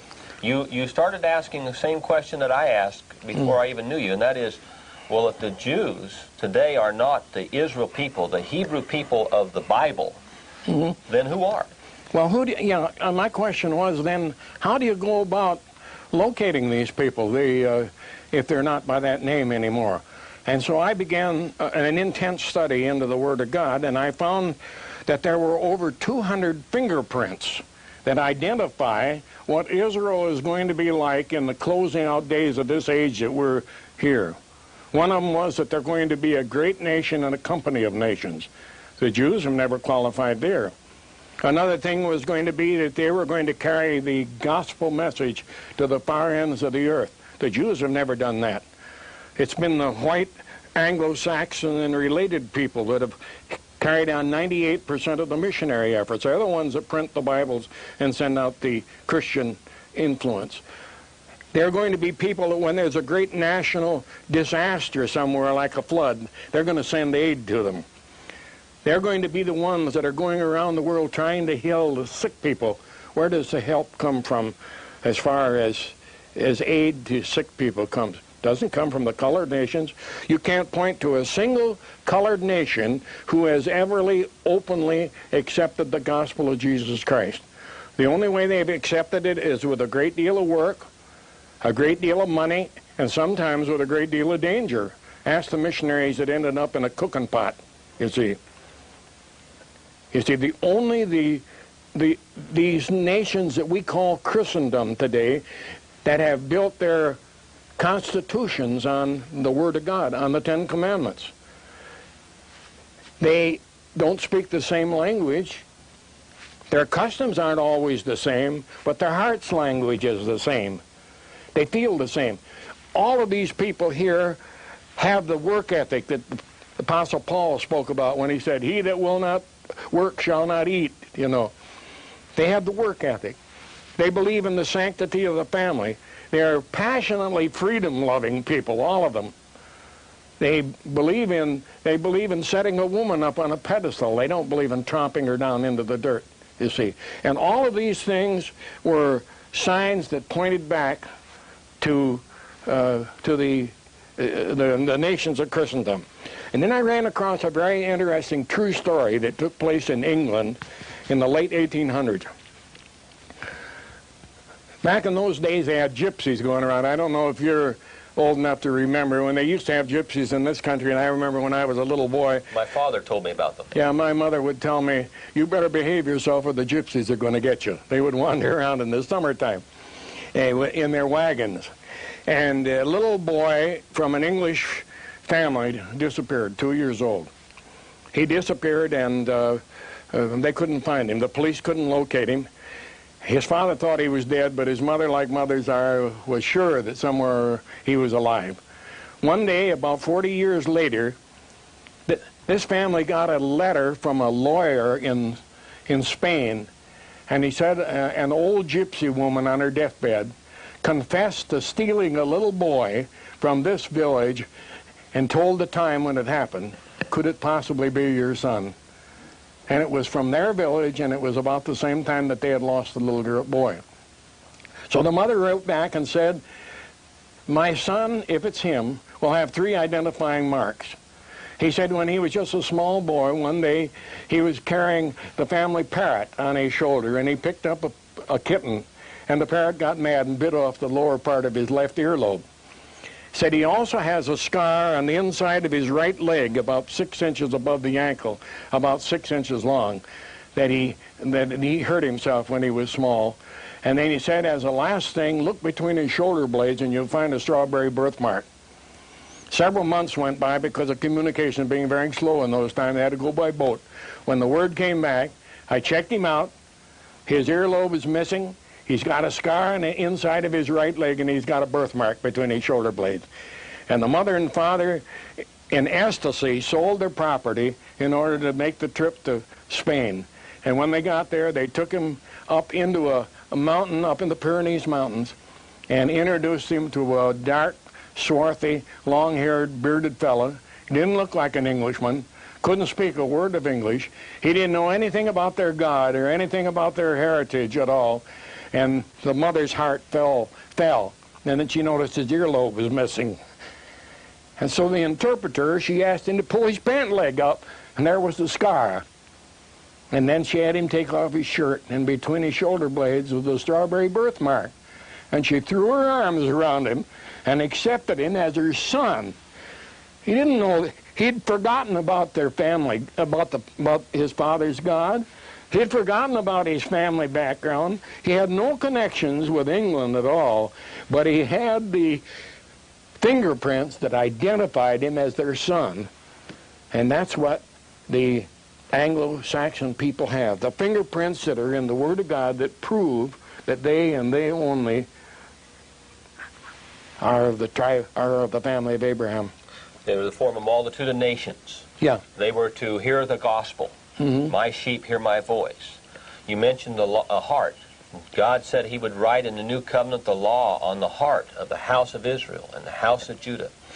Pete, the thing that I can't understand, well, yes, I can understand it in a way because I did it for 50 years, is why ministers who study the Word of God, and they can see these things, it's in there, why it is that they insist that somebody that hates everything that they stand for, that they insist that they're the chosen people, and yet when you say, no, we are, oh, they ought to be thrilled with the fact that possibly we're the children of Abraham, but instead of that they say, oh no, we're Goyim, we're Gentiles. They'll even call you a racist. Yeah, you're a racist if you think that. And a hater.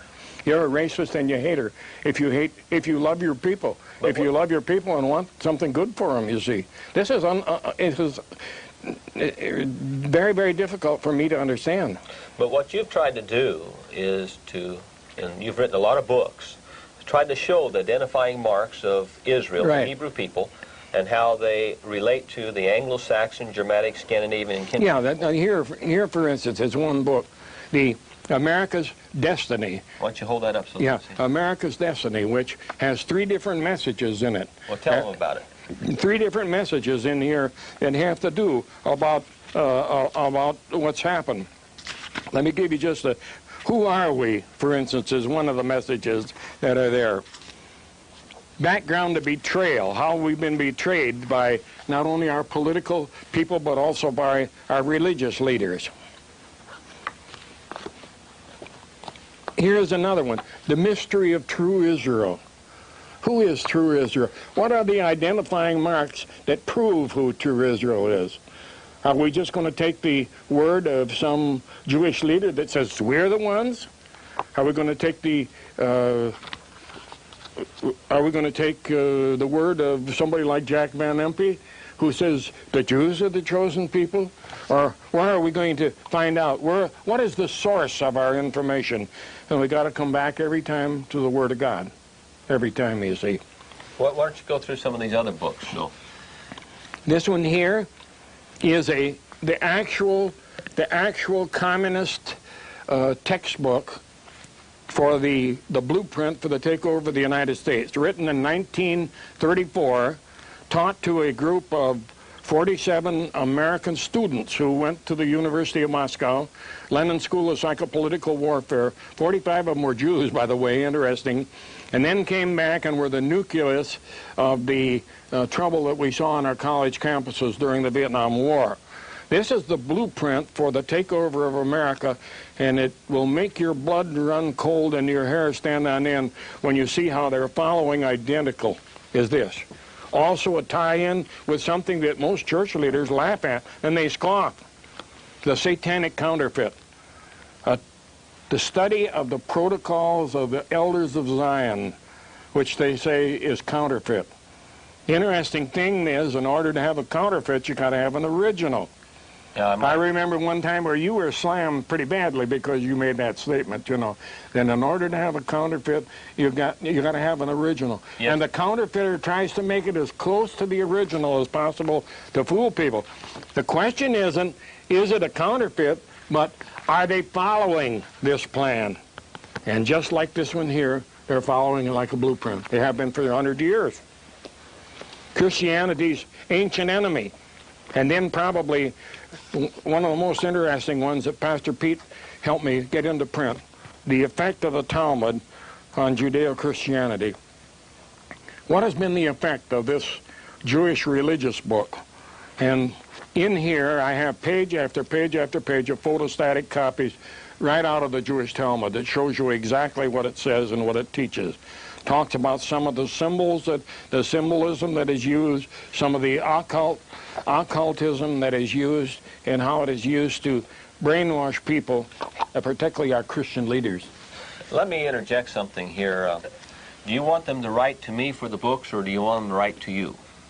I would rather have them write to you. When I moved from the Gulf Coast up to Little Rock in May of last year, I was planning on going into semi-retirement. And strangely enough, I've been busier, I guess, in the last 8 months than I have been in 2 years. And the Lord evidently has other plans for me. I was developing some squeaks and rattles after all the miles, the hard miles I had on this old chassis. I thought I was about ready for the junk heap, but evidently God had other plans for me. And so I turned all of my literature over to Pastor Pete. And so if you want any of this literature, I would suggest that you write to Scripture for America, Post Office Box 766, LaPorte, Colorado 80535. They can give you a list of the material that I have and the prices for them. And again, the address is Scriptures for America, or the LaPorte Church of Christ, P.O. Box 766, LaPorte, Colorado 80535. Just write and request a list of Colonel Jack Moore's material We're carrying all these books, and we intend to keep them in print. So if you write to us for that, we'll send them to you, a list of the books and the prices. You never know when this video is going to be watched. Somebody might be watching this video. We're making it in February of 1996, but they might be watching it in 5 years from now. Yes. And so we want to make sure your books are kept in print, and we intend to keep printing them. And I want it to be known now, we just will make it known by videotape, that I have permission from you to keep printing these books and putting them out. Yes, that's right. I have given Pastor Peters the books are not copyrighted, and I've given him permission to handle these books in any way that he's fit. If he wants to reprint them, and they're to be used for his scriptures for America ministry. Well, we've got about 10 minutes left. You just go wherever you want to go with this. Well, I think it might be worthwhile to say, that I have received a great deal more criticism from Judeo-Christian sources,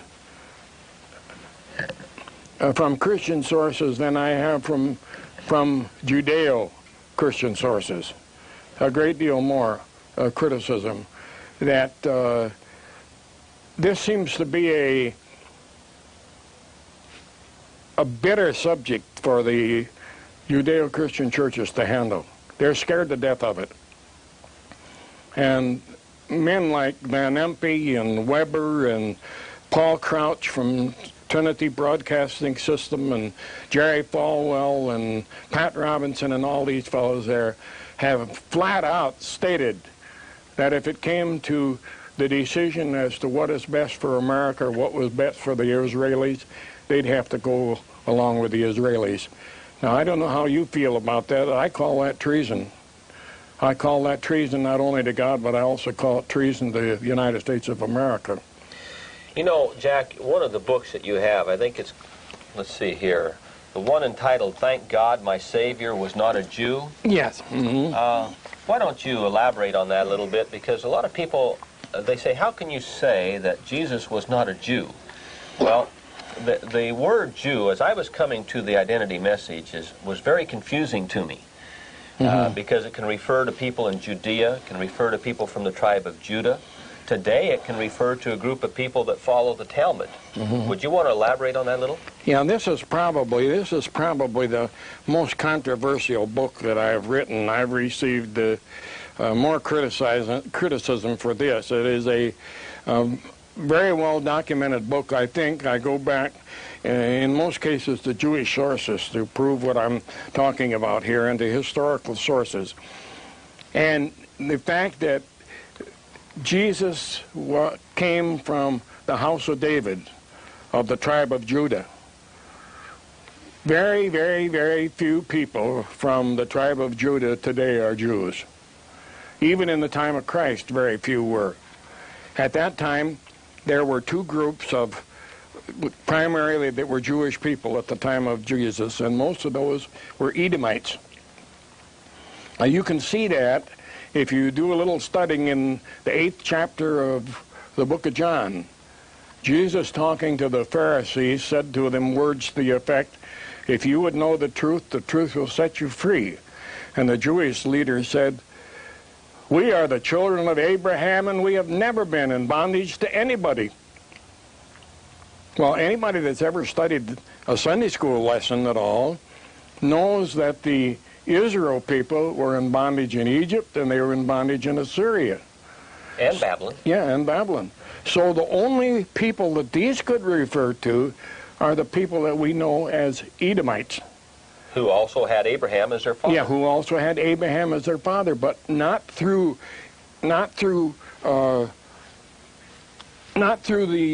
Jacob, Israel, who was to become the father of Israel, but through Esau, who God said very clearly, very strange words here, the book of Malachi, in chapter 1. Look at that just a minute. God speaking now. I have loved you, saith the Lord. Yet ye say, wherein hast thou loved us?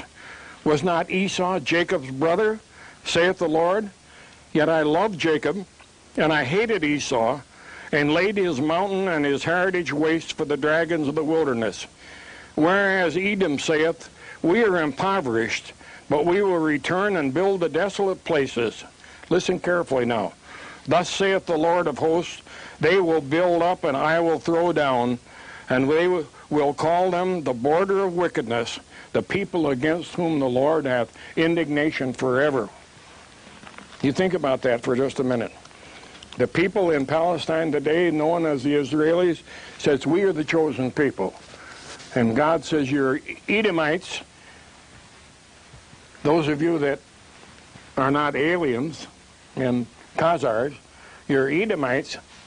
I hated your father. I hate you. You're going to build up, and I'm going to tear down what you're building up. Now, just for you saying that, there will be some people, particularly ministers, that will see that and they will reject it because they have been programmed to say, well, God doesn't hate anyone. But yet this same statement is made in Romans. He said, Jacob I love, Esau I hate. Yeah, it's right there in the Word. Yeah, it's in the New Testament. It's not only in the Old Testament, right. You see. And so, as a result, our people have been so brainwashed into believing that when you talk about, in fact, in most cases in the King James Version, which I happen to use, in most cases in the King James Version, the word Jew should read Judean instead of Jew. Well, I might also point out here that historically it's proven that John Hyrcanus, when he conquered the Edomites, about 200 years before Christ, it says he forced them to become Jews. Yes, that's right. He forced them to become Jews. So the important thing today, would you not agree, is that people that truly love truth in Jesus Christ, they need to know who his enemies are, and they need to know the difference between Jacob and Esau. Would you agree? Oh, yes, very much so. Another very interesting thing, too, that I think is very important and that many of our people shy away from is found over in Hosea chapter 1, verse 10. Listen to what it says here now. Today, the Judeo-Christian pastors call Christians Gentiles. You and I are Gentiles. But listen to what it says here. The number of the children of Israel shall be as the sand of the sea, which cannot be measured or numbered. The Jews would never, at any time in their existence, have ever been more than 20 million people. They couldn't come under this at all. But listen to what it says. It shall come to pass that in the place where it is said unto them, ye are not my people, and that's what the Jewish people and the Judeo-Christian people, they're saying, you're not God's people, you're a Gentile. There it will be said unto them, ye are the sons of the living God. Christians, in other words. Right. Isn't that strange? Isn't that strange? And they neglect that verse completely. They throw that out. You see. By the way, I want the people to see Jack Moore's Bible. Don't tell me Jack Moore doesn't study his Bible. I don't know if you can see that or not, but that's just one of the pages he's got all marked up. Jack, I appreciate you so much, how you've studied the Bible, how you spent your life being true to your promise to God, that you would pursue truth and do labors for Him as He would direct you. Well, Pete, and in closing, would you want to tell the people why this is important for them to investigate this truth that you found? Yeah, I don't want the people to have the idea that I have hatred for the Jewish people, because I don't have hatred for the Jewish people. I have a great deal of sympathy for the Jewish people, because the Jewish people are having the same problem that many of the people in the Masonic Lodge are having at the lower ranks. They don't know what's going on topside. They don't know what the plans are. They don't realize and there have been some courageous Jewish leaders who have said that the most of the damage that is done to the Jewish people is done by our leadership. So I'm not out to hurt Jewish people. I'm out to protect my people. And if it means that I have to expose what's happening, that's my job. The Word of God tells me that my job is to reprove and to rebuke before I exhort. Before I tell you how great you are and how much God needs you in his business, I'm supposed to tell him what's going on that's wrong. That comes first. And so as a result, if we are going to protect ourselves, if we're going to save our religion, if we're going to save our right to worship God, we're going to have to know the truth about what's happening so that we can take the only formula for survival that's available to us, found in 2 Chronicles 7 and 14. Many of you people that hear this know it.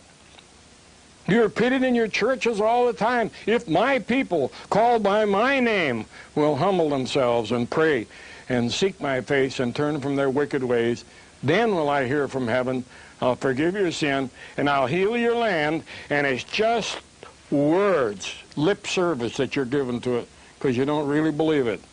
You can tell by their fruits you shall know them. But that is our formula for survival, isn't it? That's the formula for survival. God says it will work. We know God's promise is true, but we have to put it in operation.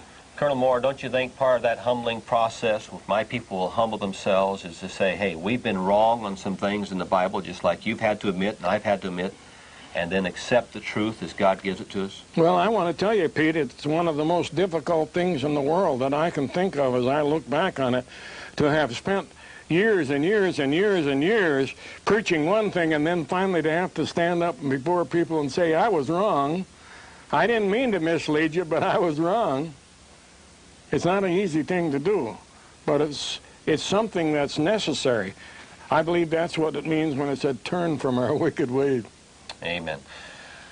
Jack, you've done well, and you have nothing to gain with this interview. You have nothing to gain even selling the books. I'm the one that sells the books. So I want to thank you, and I want to thank you on behalf of my church, on behalf of my grandchildren, on behalf of people all across America that know Jack Moore and love him. I want to thank you for being so diligent in keeping your promise you made to God and doing such a great work, and being a humble man yourself and coming to this truth. And thank you for this interview. Yeah, just one thing that I can say, and that is, without him I can do nothing. Amen. Thanks, Jack.